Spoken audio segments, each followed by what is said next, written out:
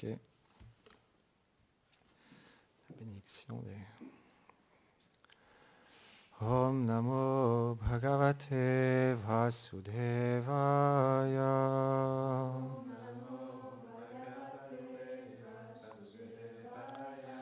Om Namo Bhagavate Vasudevaya.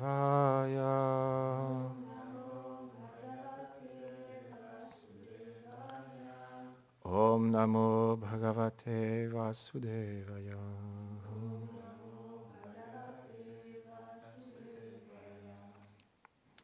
Shrimad Bhagavatam, chant 1, chapitre 6, verset 35.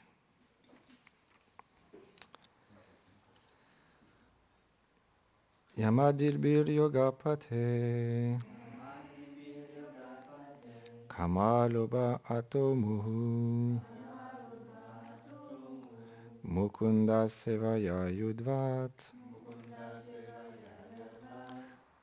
Tatat Madana Chayati. La voie du yoga consistant dans la pratique du yama, l'abstinence, niyama, les austérités, etc., et en proie aux attaques fréquentes de la concupiscence, de la colère, de l'avidité, etc. Ainsi, rien n'est-il plus satisfaisant pour l'âme que l'engagement dans le service dévotionnel offert au Seigneur suprême. Commentaire. Seule la dévotion pure donne de réaliser la relation éternelle qui unit le Seigneur et l'être distinct. Elle permet d'atteindre la libération de ce monde et d'être introduit en tant qu'un associé de Krishna en sa demeure. Les voies de l'action, le karma, et la connaissance, le gyan, ne donnent pas d'accéder à cette réalité éternelle. Par conséquent, elles ne peuvent contenter complètement l'âme. En effet, celle-ci ne peut être pleinement satisfaite qu'en goûtant directement avec ses sens spirituels la douceur et l'amour illimité du Seigneur Mukunda.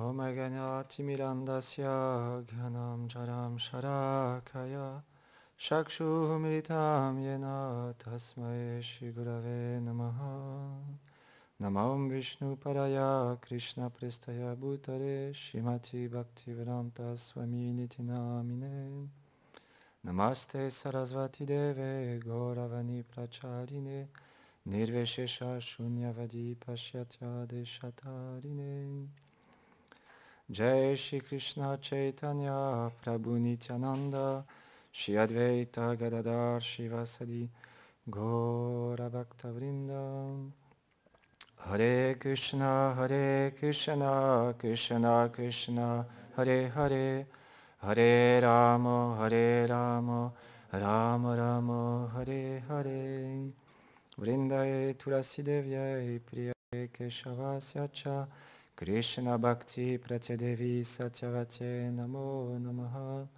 Vanchakarpatarubhyacha Kripa Sindhubhya Evacha Patitanam Pavanebhyo Vaishnavebhyo Namo Namaha. Avant de commencer à parler, j'implore la miséricorde de mon maître spirituel de pouvoir accomplir ce service, ainsi qu'à Govinda Maharaj et à toutes les dévotes et les dévots ici présents.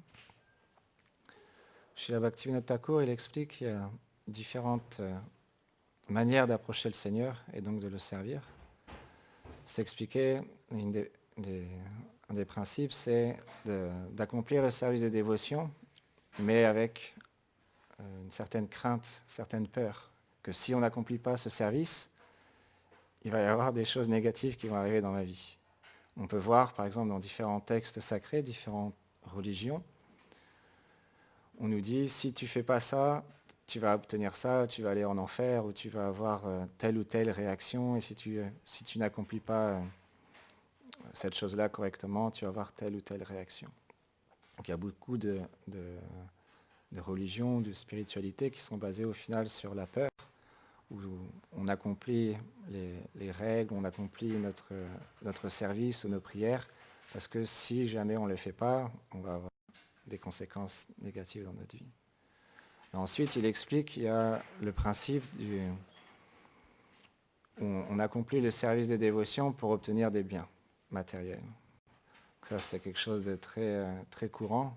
Gurudev il cite souvent l'exemple quand on peut se rendre dans un lieu de culte et on peut lire, par exemple, le livre qui est à l'entrée où les gens peuvent marquer leurs souhaits, leurs prières au Seigneur. Et la plupart des gens, si ce n'est pas la totalité des personnes qui écrivent des prières, c'est s'il te plaît, ô Seigneur, faites que ma petite fille réussisse son examen, s'il te plaît, ô Seigneur, faites que ma fille obtienne son travail, s'il te plaît, ô Seigneur, permets-moi d'obtenir la promotion ou d'obtenir une belle maison, etc., etc., etc. Et encore d'autres aussi, spiritualistes ou religieux, et ils prient le Seigneur pour obtenir dans leur vie suivante une place au paradis pour pouvoir finalement...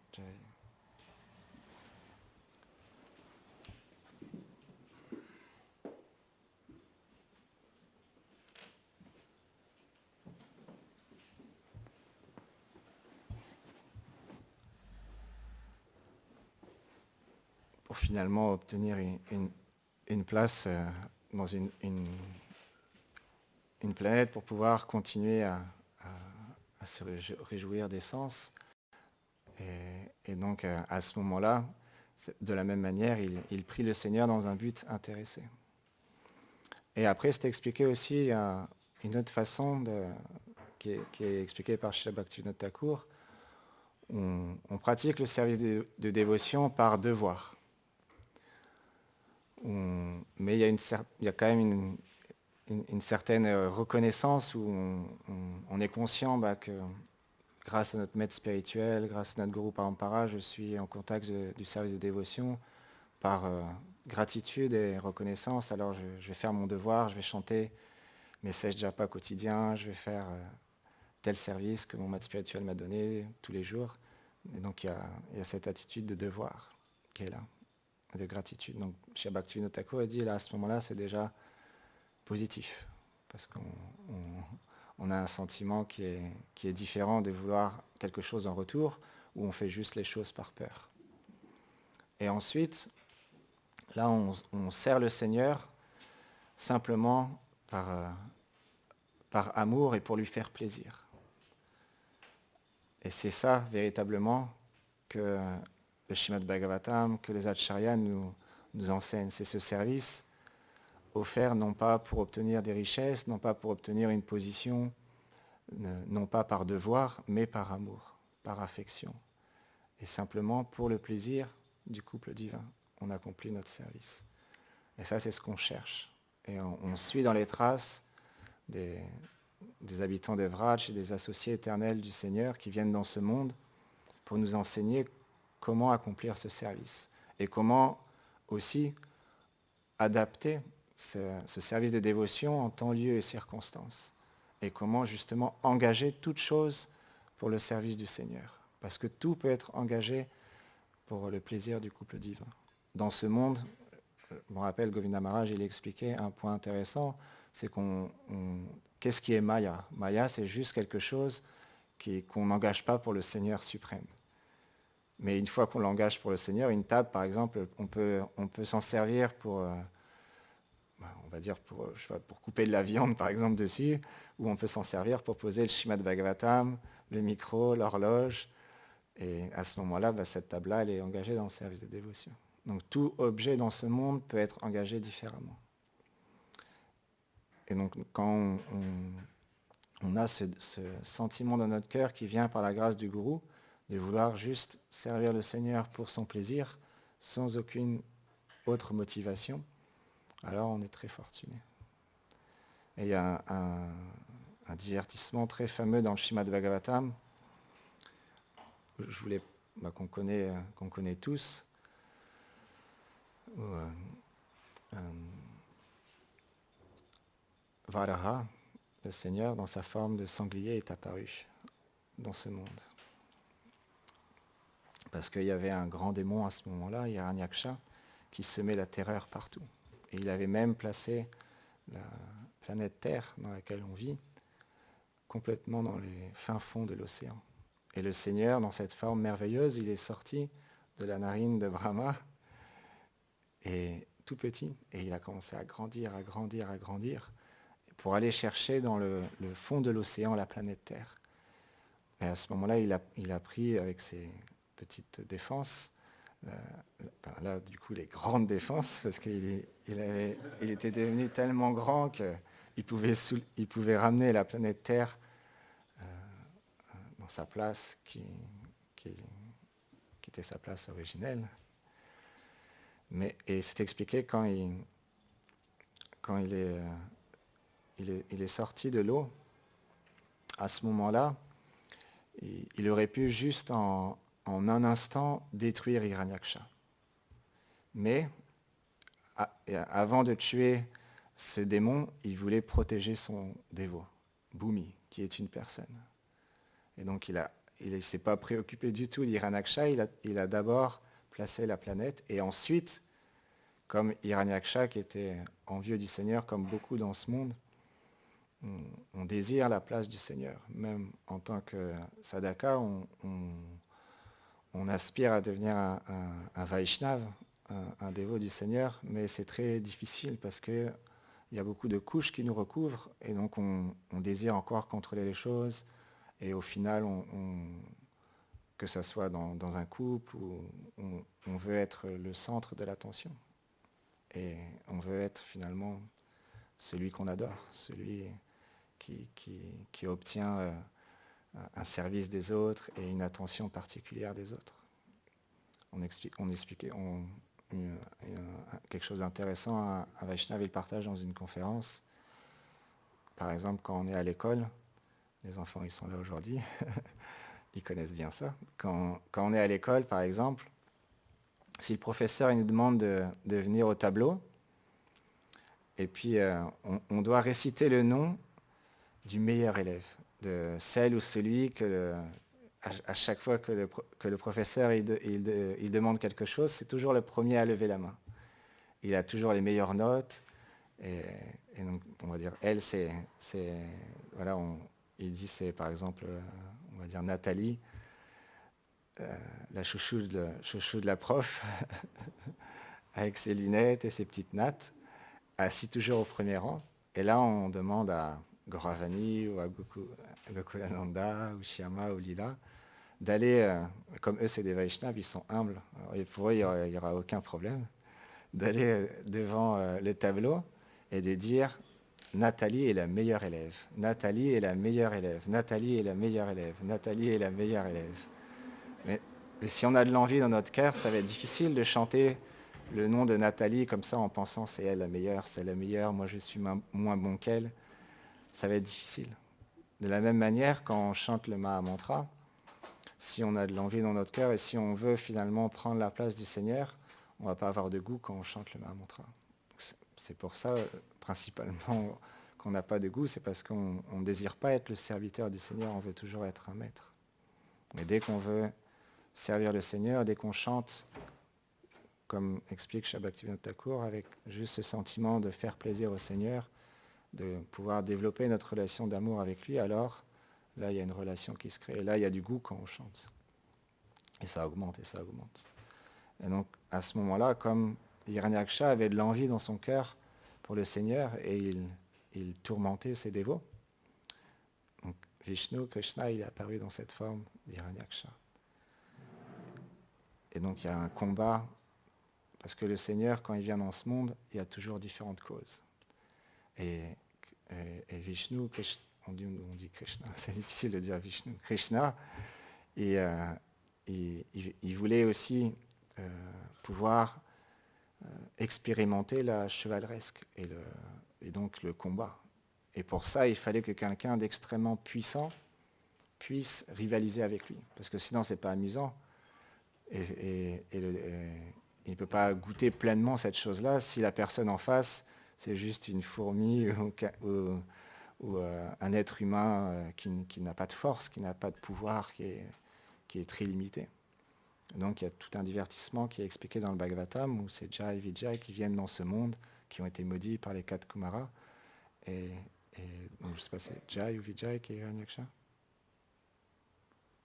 Ça fait longtemps que je n'ai pas lu ce divertissement. Un des 2 portiers dans les planètes de Vaikuntha est Hiranyaksha. Et donc c'est des associés éternels du Seigneur, donc ce n'est pas un être ordinaire. Et là, pour ce divertissement particulier, il a la forme d'un démon. Et donc il envie le Seigneur.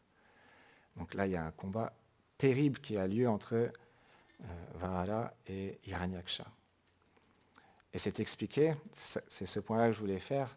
Vishwanath Chakravarti Thakur, il explique qu'en fait, Krishna, comme il désirait cette chose-là, il était heureux, il était satisfait de pouvoir se combattre avec Hiranyaksha. Bien que c'était un démon, bien qu'il avait causé tellement de difficultés au Deva, à la planète Terre, à Bhumi, Krishna était satisfait. Et il était heureux. Donc là, on expliquait les différents principes du service de dévotion. Donc on peut se poser la question, comment c'est possible qu'un démon, quelqu'un qui agit comme Hiranyaksha, qui était un démon extrêmement puissant, qui était vraiment pas du tout quelqu'un de spirituel, de religieux, un vrai démon, comment se fait-il qu'il a pu satisfaire le Seigneur? Et on a pu voir apparaître un doux sourire sur Krishna, sur Varala. Et il explique en fait, c'est de la même manière, on peut comprendre aussi les doux divertissements à Vraj. Vishwanath Chakravarti Thakur, il compare Mère Yashoda. C'était le mois de Kartik, il n'y a pas longtemps. Mère Yashoda, quand Krishna il a volé le beurre dans la maison, à ce moment-là, Krishna, il est sorti de la maison avec ses petits pieds pareils au lotus, et Mère Yashoda a pu voir des traces de beurre un peu partout. Et là, elle s'est rappelée que les mères à Vraj, elles venaient se plaindre régulièrement de son fils qui venait voler le beurre dans leur maison. Mais Mère Yashoda, une mère, le sentiment éternel de Mère Yashoda, c'est mon fils, il ne peut pas faire de bêtises, c'est le plus merveilleux, c'est le plus parfait, c'est mon fils à moi, c'est mon cadeau. Dans ce monde, on voit, c'est le reflet perverti, mais c'est la même chose. Une mère, son sentiment, c'est que son fils, c'est vraiment... il ne peut pas faire de bêtises, ou vraiment, quand il fait des bêtises, c'est très rare, quoi. Et Krishna, lui, comme dans ce divertissement-là, il voulait aussi partager le beurre avec les singes, parce qu'ils avaient accompli un service extraordinaire dans l'âge précédent envers Ramachandra. Ils avaient aidé à construire le pont de Lanka. Et c'est expliqué qu'à ce moment-là, c'est comme il partageait et récompensait ces singes qui avaient accompli ce service. Et donc en grande extase, il prenait le beurre et puis il donnait aux singes comme ça. Et Mère Yashoda est arrivée à ce moment-là. Et elle a vu Krishna et là, elle est rentrée en colère. Mais pas une colère matérielle, une colère spirituelle transcendantale. Parce que en fait, Mère Yashoda, elle pensait, mais que vont dire les gens si ils voient mon fils agir de telle manière? Il faut que je l'éduque, il faut que je change sa mentalité. Elle ne voulait pas le punir pour lui faire du mal ou par colère méchante. Elle voulait le punir pour le rectifier, pour que les gens ne le critiquent pas. C'est l'amour de Mère Yashoda. Elle ne voulait pas que les gens disent des mauvaises choses sur son fils. Et donc à ce moment-là, elle a pris un bâton. Elle a commencé à courir après Krishna. Et c'est là où c'est intéressant. Vishwanath Chakravarti Thakur, il dit, à ce moment-là, on pourrait dire que Hiranyaksha, il a plus de dévotion que Mère Yashoda. Parce que Mère Yashoda, elle courait après Krishna, et Krishna, il pleurait, il rigolait pas, il pleurait, vraiment. Vu que le but du service de dévotion est de faire plaisir à Krishna, si Mère Yashoda, elle faisait pleurer Krishna, et donc Krishna n'était pas content, il n'était pas satisfait, alors on pourrait dire que c'est Hiranyaksha qui est plus avancé spirituellement que Mère Yashoda. Mais en fait, il dit non, pas du tout. Il ne faut jamais penser comme ça. Parce qu'en fait, le sentiment avec lequel Hiranyaksha il servait Krishna et le sentiment avec lequel Mère Yashoda agissait de cette manière-là étaient complètement opposés. Parce que Hiranyaksha, lui, il voulait combattre le Seigneur par envie et pour tuer le Seigneur suprême. Son intention n'était pas de faire plaisir à Krishna en le combattant. Mais Krishna était quand même satisfait. Et Mère Yashoda, à l'inverse, elle, son sentiment n'était pas de rendre triste Krishna ou d'être en colère contre lui. Son sentiment était de rectifier son fils pour qu'il puisse pas être critiqué des autres. Et elle le faisait aussi par amour maternel pour Krishna. Parce que c'est son devoir de mère d'éduquer son fils. Et donc c'est quelque chose qui est intéressant de voir que le sentiment avec lequel on accomplit le service est vraiment très important. Parce que si on accomplit notre service quotidien avec ce sentiment de vouloir obtenir une position ou de vouloir obtenir des gains matériels ou de pouvoir avoir une meilleure situation, comme on expliquait hier, Krishna en même temps, il va nous permettre d'avoir toutes ces choses-là. Il va réciproquer avec notre désir. Donc c'est possible d'accomplir le service de dévotion dans cette humeur.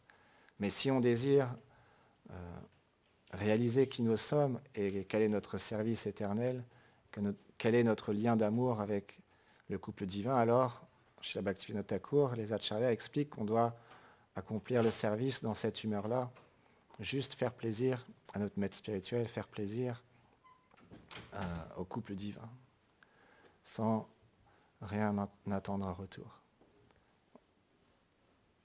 De cette manière-là, on va pouvoir développer dans notre cœur des sentiments d'amour.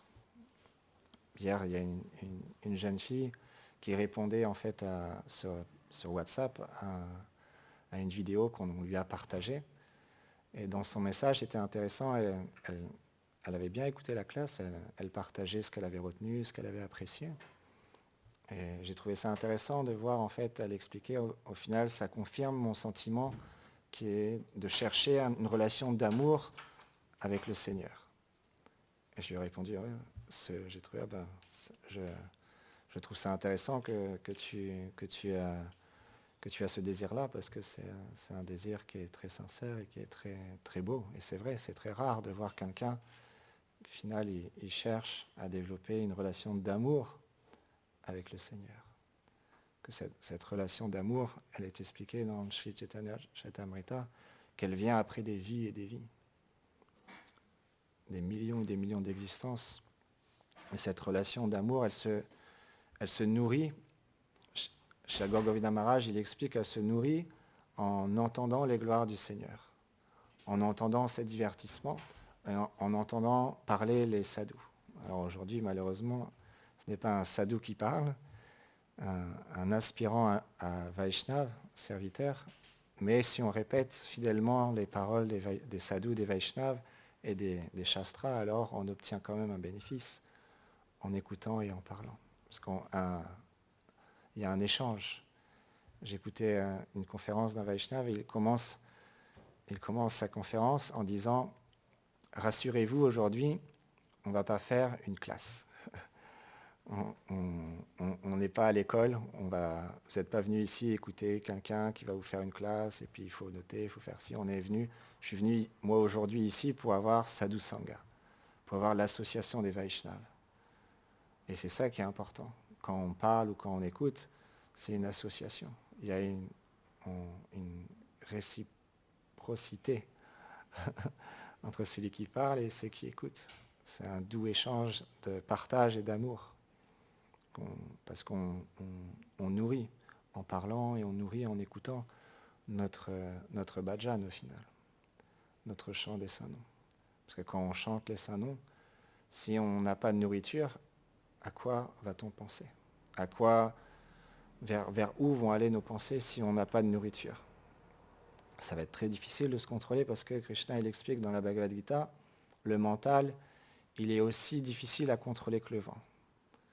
Moi, je peux vous en dire quelque chose, mais mon mental, il est très, très, très difficile à contrôler.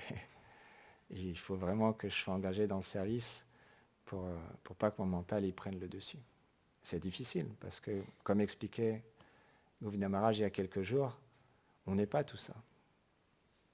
On entend tous les jours, on n'est pas ce mental, on n'est pas ce corps, cette fausse conception d'être une femme, d'être un homme, d'être une mère, des enfants. On n'est pas tout ça. Mais le mental, Krishna l'explique à Arjuna, il est aussi difficile à contrôler que le vent. Donc régulièrement, le mental, il vient et c'est comme un cocher qui tient les rênes. Et parfois, si les chevaux, ils galopent tellement vite, à une vitesse incroyable, il ne peut plus tenir les rênes et les chevaux, poum, ils partent. C'est ça le mental. On le tient, le mental, avec l'intelligence, mais si on ne nourrit pas assez notre intelligence, si on ne nourrit pas assez notre cœur, notre âme, alors le mental, il nous emporte. Et on lâche les rênes. Et là, ça peut devenir difficile. Parce que le mental, qu'est-ce qu'il va nous faire il va nous faire croire le mental, il est là pour nous tricher, en fait. Parce qu'il peut être notre ennemi comme il peut être notre ami. Et si on lâche les rênes, si on est plus sous la plateforme de l'intelligence, mais la plateforme du mental, alors on va écouter ce mental. Et à ce moment-là, il va devenir notre ennemi parce qu'on va le suivre et il peut nous emmener n'importe où. Il peut nous emmener au plus bas.